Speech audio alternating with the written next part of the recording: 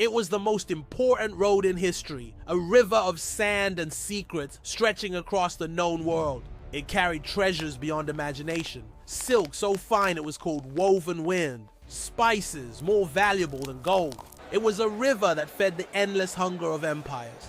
But the most valuable cargo was invisible. It carried ideas. It carried technologies that could build civilizations, and diseases that could destroy them. This is the story of the Silk Road as you've never seen it before. The secret river that connected and conquered the world. If you're ready to join the caravan, subscribe now. The journey begins. The story of the Silk Road begins not with kings or conquerors, but with a humble creature and a biological miracle, the silkworm. For millennia, it held a secret, the ability to spin a cocoon from a single continuous thread of protein, a filament of incredible strength and unparalleled beauty.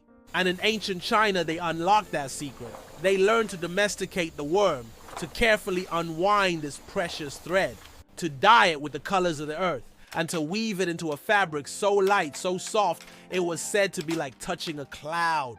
This was silk. For centuries, it was a treasure exclusive to the Chinese Empire, a symbol of imperial power and divine favor. And the secret of its creation was the most fiercely guarded piece of intellectual property in the ancient world. A state secret punishable by death. This monopoly gave China immense power. They had a product the rest of the world desperately wanted, but had no idea how to create.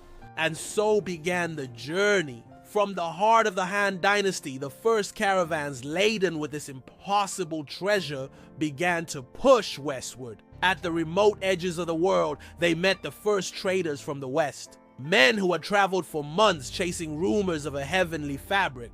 The moment they touched it, they knew the rumors were true. It was unlike anything they had ever felt. The desire was instant, the obsession total, and so the first deal was struck, the silver of the West for the secret of the East, the first fragile thread in the vast world-spanning network of the Silk Road was woven.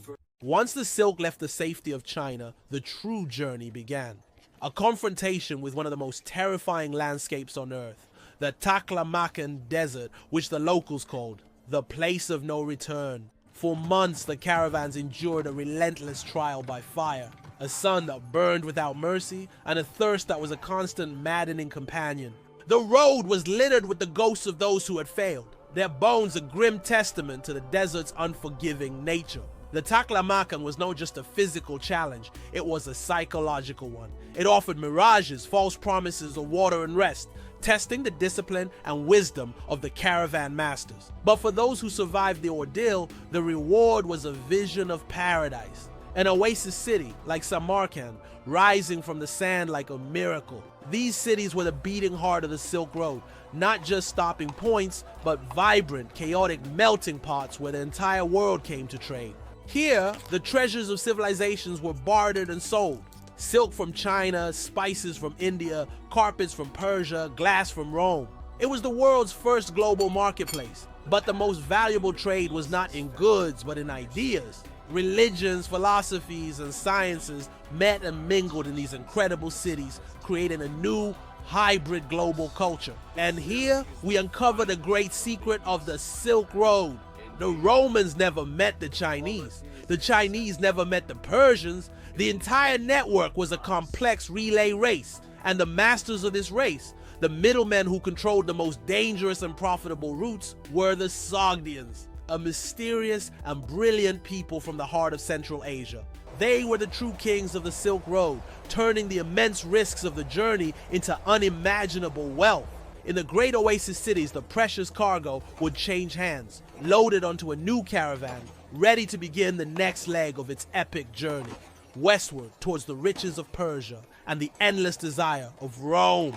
As the silk traveled west, it entered the domain of Rome's greatest rival, the powerful Persian Empire. Here, in the magnificent courts of Ctesiphon, silk was not a novelty. It was a birthright, a symbol of the immense wealth and sophisticated culture of the Persian Shahs.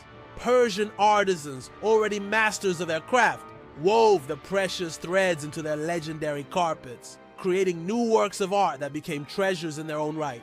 But the Persians' true genius was in their geography. They sat as the powerful gatekeepers of the Silk Road, controlling the flow of all goods to the desperate markets of the West.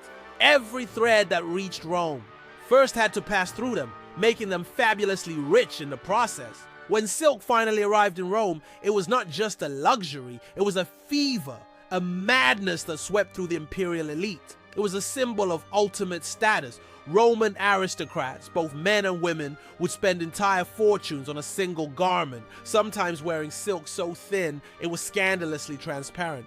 The traditionalists were horrified. Philosophers like Seneca raged against this foreign pestilence, a fabric that drained their wealth and in their eyes corrupted Roman virtue and morality. But their warnings were useless against the power of pure desire. The demand for silk was insatiable. Its price became equal to its weight in solid gold. And so began one of the greatest transfers of wealth in ancient history, a constant, unstoppable river of Roman gold and silver flowing east to pay for this obsession. For centuries, this trade deficit bled the Roman economy dry. The empire's treasures were being exchanged for a soft, shiny fabric. It was a strategic vulnerability hidden inside a luxury good. The Roman leadership finally understood. Their greatest rival, Persia, was being funded by Rome's own addiction to silk. They were paying their enemy to be the middleman. A new, desperate plan was hatched. They had to break the Persian monopoly. They had to find another way. And so, Roman eyes turned to the seas, dreaming of a direct route to the riches of the East. The desire for silk was about to launch a new age of exploration. But the true legacy of the Silk Road was not in the silk, the spices, or the gold. The most valuable cargo was invisible. It carried faith. Buddhism, born in India, traveled east along these routes, finding a new home and transforming the soul of China. Christianity, a fledgling religion from Judea, found its way east, carried by Nestorian merchants into the heart of the Persian Empire and beyond. And it carried knowledge. The Chinese secret of paper making traveled west, a revolution that would fuel the Renaissance and the scientific age in Europe. The road was a river of ideas, but a network that can carry a prayer can also carry a plague.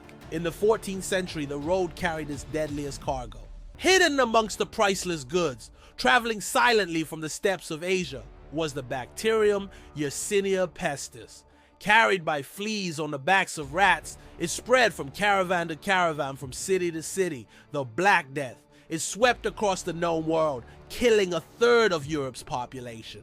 The river of connection had become a river of death. A new age was dawning. The age of discovery. European explorers, desperate to bypass the old routes, took to the seas. The new galleons were faster, cheaper, and could carry more cargo than 1,000 camels. The ancient caravan routes began to fade. The fall of Constantinople in 1453 was the final blow. The land bridge between east and west was severed. The Silk Road, as a physical route of commerce, died a slow, quiet death. But its true legacy was just beginning. It had taught the world a lesson that we are all connected. It was the world's first great experiment in globalization, the ancestor of the world we live in today, a network of trade, culture, and ideas. And its echo can be seen all around us, in the ships that cross the oceans, the planes that cross the skies, and the digital signals that connect us all in an instant. The Silk Road never truly vanished. It just changed its form.